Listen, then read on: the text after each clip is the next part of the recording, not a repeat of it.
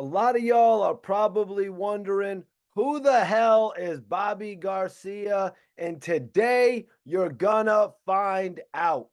Bobby Garcia has been around some situations that are probably going to entertain you, and you probably want to know about them.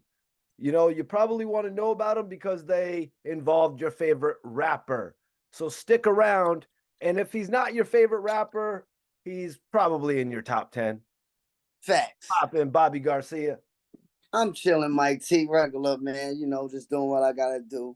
Keeping my head up, keeping my head above water, loving life, appreciating life. Hip is to be aware, hobby to take action. First of all, Bobby Garcia, BG, give everyone some background information. Who is Bobby Garcia? Where are you from? And what do you represent as an individual? I'm Bobby Garcia from South Jamaica, Queens, man. I'm rep from family, man.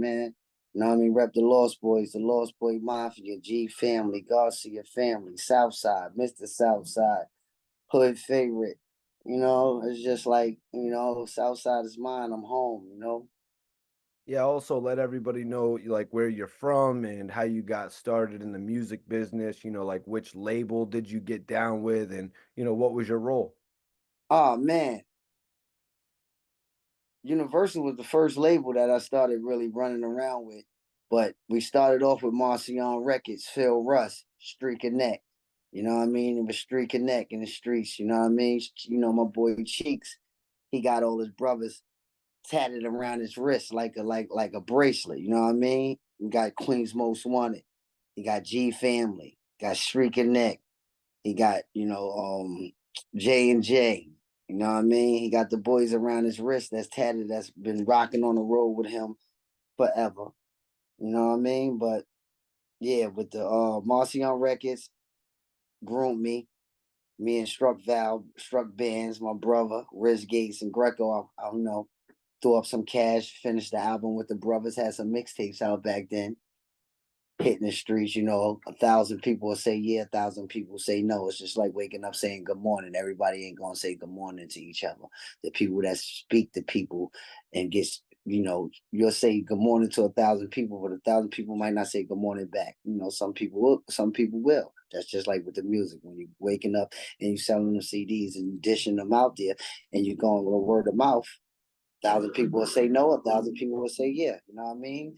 And us grinding on the streets as streaking next. Southside was in 40. We was in 40 projects, based in 40 projects.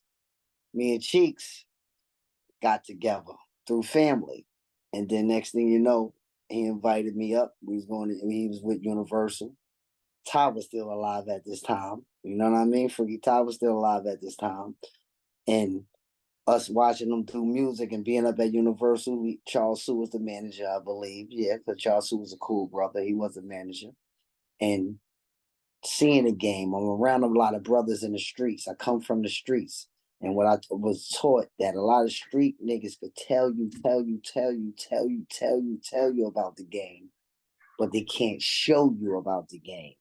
So I made a decision. Should I be around the brothers that's only talking about the game? Or should I roll with Cheeks so he could show me the game? You get what I'm saying? Because a lot of brothers, you got, jinky promoters. You got people that think they know it all. You know what I mean? So I went with the brother, the cousin, the brother, the right hand man, the general, to show me the game. Because being with him while he was with Universal, we was going city to city, state to state. I was getting to see other towns, other cities, and knowing it's a brother just like me, Mike T, and a brother just like you in every city. You know what I mean? And I appreciated that point of view of the game because everywhere we went, I get noticed. I wasn't scared to open my mouth. From all the street niggas, all the street brothers, all the good dudes, all even the great women speaking up, knowing how to speak, take you far. You know what I mean? So at what point did you actually get down with the Lost Boys? Was it before their first album? Uh, that last love, Lost Boys Forever album for the year, we lost Todd, man. You know what I mean? The Lost Boys Forever album, man. The last album. Um, you only live once, so let's rock. You only live once, so let's rock. Let's take it to the top. This one crew, you can't stop. You know what I mean? That joint there, I just introduced my little brother. You know what I mean? I did the little, I brung him in. I'm the one that's saying 19 now and never, our world order. You know what I mean? On that track. So when you hear that dude speaking like that, before the last verse, that's me talking, bringing in my younger brother because I brought him up to Universal Records, and that just at this time we had a session at Quad Studios, and matter of fact, I believe it was the Hit Factory. Hit Factory is a Quad Studios we was in, and I took my brother up, and I'm like, "Yo, Cheeks, my brother nasty, let him rock." He like, "Yo, let's hear him, let him go in," and he went ham. The boy went ham.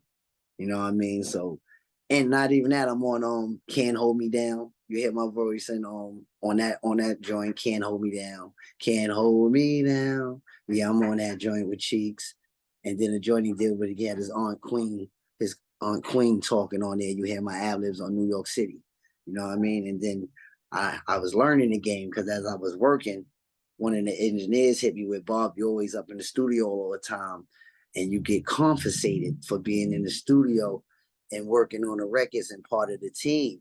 And if you're on some of the tracks, let me know what tracks and how many hours you had did in the studio.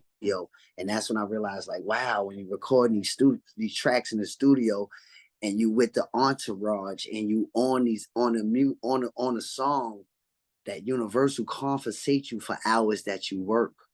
So one of the execs was like, Garcia, come up to the office. They're gonna give you a check for the hours that you've been in the studio recording with Cheeks. So I was like, wow, being young, like, we in here creating music. You know what I mean? And then that exec come to me, told me, yo, go upstairs, you gotta speak to the lady, give your name because you're gonna get paid some hours to be in the studio because you've been there working. That boosts everything up in me. Like, hold up. I'm getting paid just to do ad libs and run around, like, you know what I mean? And my brother working, he got the track, you know what I mean? So the hours just alone being at the studio and seeing Universal see us work for them hours, they paid me for hours, and I'm not even the main rapper. Did Freaky Ty ever talk with you about your contributions to the LB for Life album? Uh, I didn't get the chance. We talked about, like, he was in a. If you listen to the Lost Boy Forever album, when it's pretty little, big, nice and cheeks on the front of it, with you got the afros on and the bandanas. Like, I watched Todd do the intro to that. He was in Studio A. We was in Studio B. My cousin Greg, Ancient Greco, went in the studio with him. He like, yo, me and Ty over there, we got mad liquor, we drinking, we get bud, we blowing it down. Ty over there in his own session, he ain't got nobody in there with him, but Cheeks got about 30 niggas over there with him. You know what I mean? Ty don't want nobody in his session because he's about to drop the intro. The way we do that joint there. I can't get, Ty had just a different type of flow. But that track, the intro, he was working on that. And that was like the last time I sat down with him and he like, yo, listen to this, man. And he dropped that shit. For the ghetto, that joint is just fire. It's the intro on the Lost Boys Forever album. You know what I mean? And that was like, but I got times to go to shows with him. The last one time we went to up north. I believe it's New Haven or it was New Haven or Connecticut. Yeah, And Haven, Connecticut. while we shooting to the show, we about 20 cars deep, and we flying on a highway. Ty kept having his driver cut off the lights of his car while we on a highway driving in between the cars, and he flying by niggas with the lights out. And they bouncing. He got all the lights out of his cars. He's the only dark car on the highway, but it's like 15 to 20 cars. And we like, yo, Ty Wilder, you know what I mean? But that show was ill. That's up there. That's like 19. That's up there. That's one of the last shows Vaughn put up there. They opened the gates. We was at one of the big colleges. We rode to one of the big colleges. And, that was one of the big shows, with Ty. I was around him. We had times where I got some memorable times, being around him and chopping it up with him. You know what I mean? Some good times. And I got some great times just sitting back, looking at him perform and hearing him rock with that voice and just saying, yo, he's crazy. Him and Cheeks' chemistry is just retarded. So I want to talk about the Beg for Mercy album. 50 actually dissed Mr. Cheeks on that album. Can you tell me about when you first heard I'm So Hood? Oh man, let me get a little. I'm so hood. That I'm so hood album. That shit was dope. You know what I mean? I ain't no hater. That shit was fly. That shit was fly for the hood he put on for the city. You know what I mean? But it's crazy because my cousin, rest in peace to Ja, the gangster. You know what I mean? Rest in peace to Ja. He was in the studio with him that night when he did I'm So Hood. And my cousin came here right at this table where I'm sitting at right now on a round table. He came here, sat right here, and Ja was like, "Yo, Bob, Fifth just went at you when he was like, Bob and the Peas, white tees selling packs now. Bob's a bum, you know what I mean?" I'm like, "What?" I'm like, yeah. I'm like, Fifth. I said, so I told Ja, like literally, this is on my kids. I told Ja, yo, tell Fifth, I'm not coming at him because we in the streets for real. You get what I'm saying? Like, I couldn't put that judgment on my brothers when it's just music, when we outside for real. See, I got indicted in '01. You know what I mean? When Fifth threw that shot at me, I was 250 deep in on that other shit. You know what I mean? When they say a half bird, you know what I mean? Shit like that and be talking. You know what I mean? I could talk this shit because I got indicted for it. You know what I mean? So I was in the streets for real. So it was like, yo, tell boy, I'm not going at him because I'm in the streets for real. And them niggas just rapping. You know what I mean? It's the respect level I had, the gangsterism. You know what I mean? And then no front, no Mike T. I went to Cheeks and was like, yo, Cheeks, did you hear this shit? Did you hear boy talking about the lunatics of the new Lost Boys, Mr. Cheeks and his whack now? My boy said, we go to the studio right now. That shit is up. My boy went ham real quick. I think I did one joint with him. I don't know what one it was. But yeah, my boy went ham, but we didn't take it like that because real Queens niggas, we get the money. We all like literally Cheeks. We congratulate Fifth for what he is and what he made it to. But we ain't we be like, damn, where the love at? Like if this was Atlanta and the hospitality like Atlanta, everybody stick together and it just like it's just like the business in New York City when you go into all these business buildings and all these business people is doing business together. Like we right here in South Jamaica, Queens, why we can't do business together? What happened? What is the real problem? You feel what I'm saying? We don't care. Like we got love. We don't care. So you said Ja came to see you. Who was Ja to 50? A lot of people might get it confused hearing about Ja and 50 because of the Ja Rule beef. All right, no, Ja's when I'm saying Ja's a gangster that had when 50 grabbed up Smurf. Smurf went to 109 and got Brew and started messing with my cousin Ja. We called him Gangster Flip. Gangster Flip real name is Ja. If you listen to I'm So Hood album, I think Fifth threw a shout out to Ja at the beginning because Ja was running around with them things on him. Rest in peace to my cousin, but he was running around heavy. So in the beginning of that song, he shouted out Ja and then got into his little situation about how he said it about me and about Cheeks. You know what I mean? But then we're not gonna get that mixed up. The Ja I'm talking about right now is Gangsta Flip from 109 and Godwell Boulevard. Them the two people I put together, Smurf and Gangsta Flip. You know what I mean? That's the one that just went 100,000, 110,000 views on my Instagram, Mikey T, right now. That interview with me just talking about bringing Smurf and Ja together went 110,000 views because I'm speaking truth. You can hide history, but you can never erase it. So was Ja one of 50's best friends? No, Ja was a street banger, street gangster like Mozzie. Ja didn't care. Ja was one of the dudes that how 50 said Smurf I hang out the sunroof of the window. How you how you promote your man hang out the sunroof of the window and then don't bail him out. Like you promoting him to hold you down. So if he get locked up, you bail him out. See, this is Queen's loyalty. Like you a rapper, but you putting your man on a pedestal that he will bang out. He will hang out the window and make something happen if you violate G unit. You get what I'm saying? So I put the Wild Out group together. I put Ja, that who's a Wild Out on my side of town, South Jamaica, Queens, with a Wild Out that comes from under the Lost Boys. That's Smurf.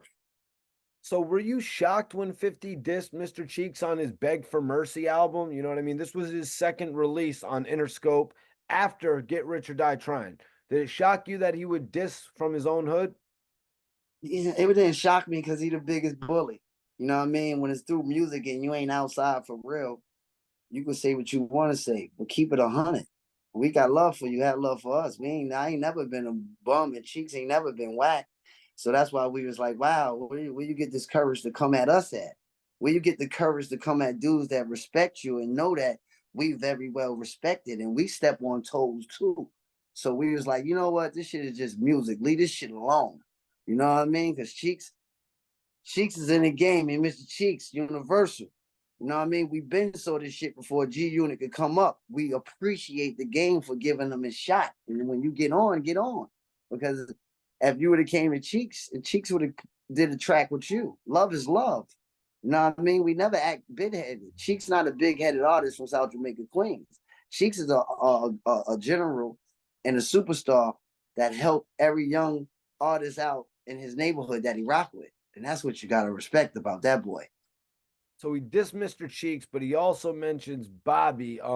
Why would he diss you? You know what I mean? Was there an issue with you two prior to that? You know what I mean? Why do you No, this no issues, Mike T. Never no issues. I guess he was trying to figure out a way to make the real outside. When I say outside, when I make the outside, south side, the real big Queens, Ozone Park, South Jamaica, Queens, Jamaica, Queens, instead of bigging us up and helping us come up, instead of bigging us up and helping us come up, you're shooting us down by saying shit. We didn't mind because that wasn't true. I ain't never been a bum. My pops is a gangster. My pops is a gangster. My pops did more times than the average person. Preem and all the gangsters, like Corley and all the gangsters, you know what I mean? I can name them all in South Jamaica, Queens, respect my dad. So it's shout out like, to your pops? you know what I mean? Mr. Bobby Garcia Sr., where everybody loved my dad. That's how I was raised to love everybody. You know what I mean? And it's like, Fifth know that. Come on, Fifth know what it is. We love Fifth, but he know what it is, Mike T. Them shots that he threw at us, I believe he wanted us to come back at him, like what they doing now in the industry. You see all the all the Kendrick Lamars and the J. Coles and all them going at each other for no reason. Rick Ross going at Drake. Niggas, they just trying to make a loud noise for the industry. I just said this to my man yesterday. I want to ask this question: why these rappers be disrespecting their blessings? Get what I'm saying by that? Because you get a blessing to get on and get these millions, but you still talking the wrong shit to bring your brothers down. You still talking wrong. Ignorant cause chaos. We could talk it just like a book. We could write anything we want. Some is friction. You know what I mean? You know, we could non-friction. We could talk about and write what we want to write. But when you bring it to life to bring your brothers down, that's when you're playing a dangerous game. So we knew it wasn't nothing.